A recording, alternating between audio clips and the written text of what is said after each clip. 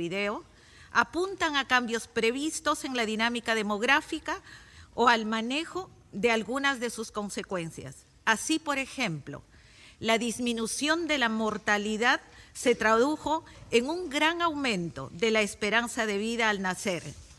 De un promedio aproximado de 51 años entre 1950 y 1955, se pasó a 76 años en el presente quinquenio.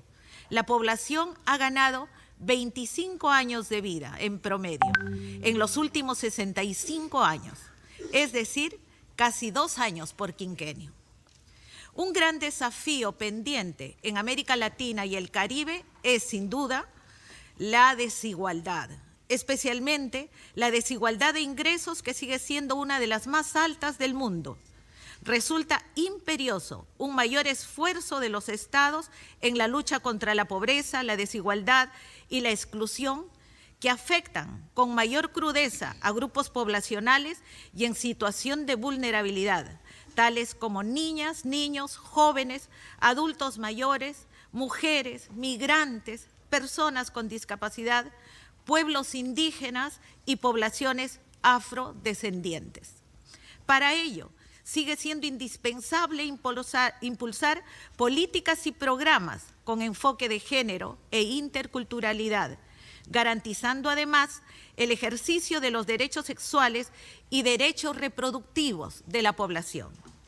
Entre las múltiples manifestaciones de la desigualdad en la región, uno de los grandes retos continúa siendo el de la fecundidad adolescente, estimada en 61.3 nacidos vivos por cada 1.000 mujeres de 15 a 19 años para el quinquenio 2015-2020, la segunda mayor entre las regiones del mundo y con un descenso mucho menor que el de la fecundidad total. Otros de los rasgos distintivos es el proceso acelerado de envejecimiento de la población. Si bien la atención de las personas mayores va mejorando con el tiempo, es necesario asegurar que la protección social responda a demandas de una población en proceso de cambio, mediante las reformas necesarias. Insistir en las iniciativas nacionales dirigidas a garantizar que se proteja a las personas mayores de la violencia y el maltrato, y que los países cumplan sus obligaciones relacionadas con los estándares internacionales de derechos humanos.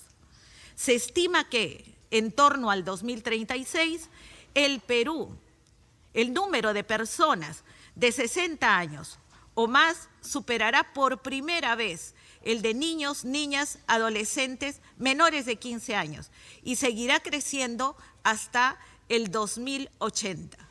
Se prevé que entre 2015 y 40 el grupo de personas de 60 o más años registrará un aumento de casi 87 millones de personas a razón de 3.4% cada año, mucho más rápidamente que la población de 20 a 59 años, 0.5% al año. Y de las menores de 20 años disminuirá en 0.5% al año. Muchas gracias. One key issue in the Montevideo Consensus pertains to sexual and gender-based violence. How are countries in the region prioritizing and addressing this issue? Okay. La violencia es un tema que merece mucha atención en varios países en la región, y la violencia de género específicamente constituyen un problema social relevante. A pesar de los datos con que se cuenta, resultan insuficientes e incompletos. Revelan un panorama que pone en riesgo la autonomía física de las mujeres y niñas, así como de los niños en todos los segmentos sociales. La violencia de género suele darse de múltiples maneras, las que en general son acumulativas a lo largo de la vida e incluye la violencia psicológica, física y sexual. Esas violencias, además de estar vinculadas a una de las más duras violaciones de los derechos humanos, cuando se viven en un contexto de pobreza y generan un círculo vicioso de desigualdad.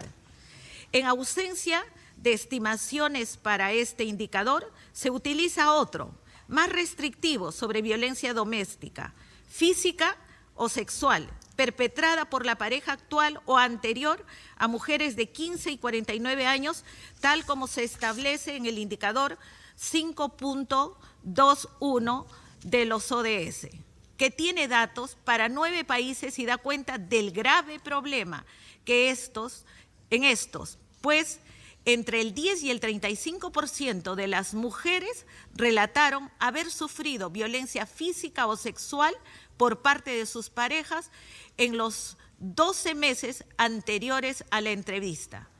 Además, se observa que en la región la violencia física o sexual tiende a ser más graves entre las mujeres más jóvenes. Pero las violencias se dan en los más variados espacios: el seno familiar, el ámbito laboral y los espacios públicos. Y esto trae una complejidad adicional a las acciones necesarias para su eliminación. En este sentido, los informes nacionales reconocen la importancia de abordar el problema de la violencia contra las mujeres de manera integral.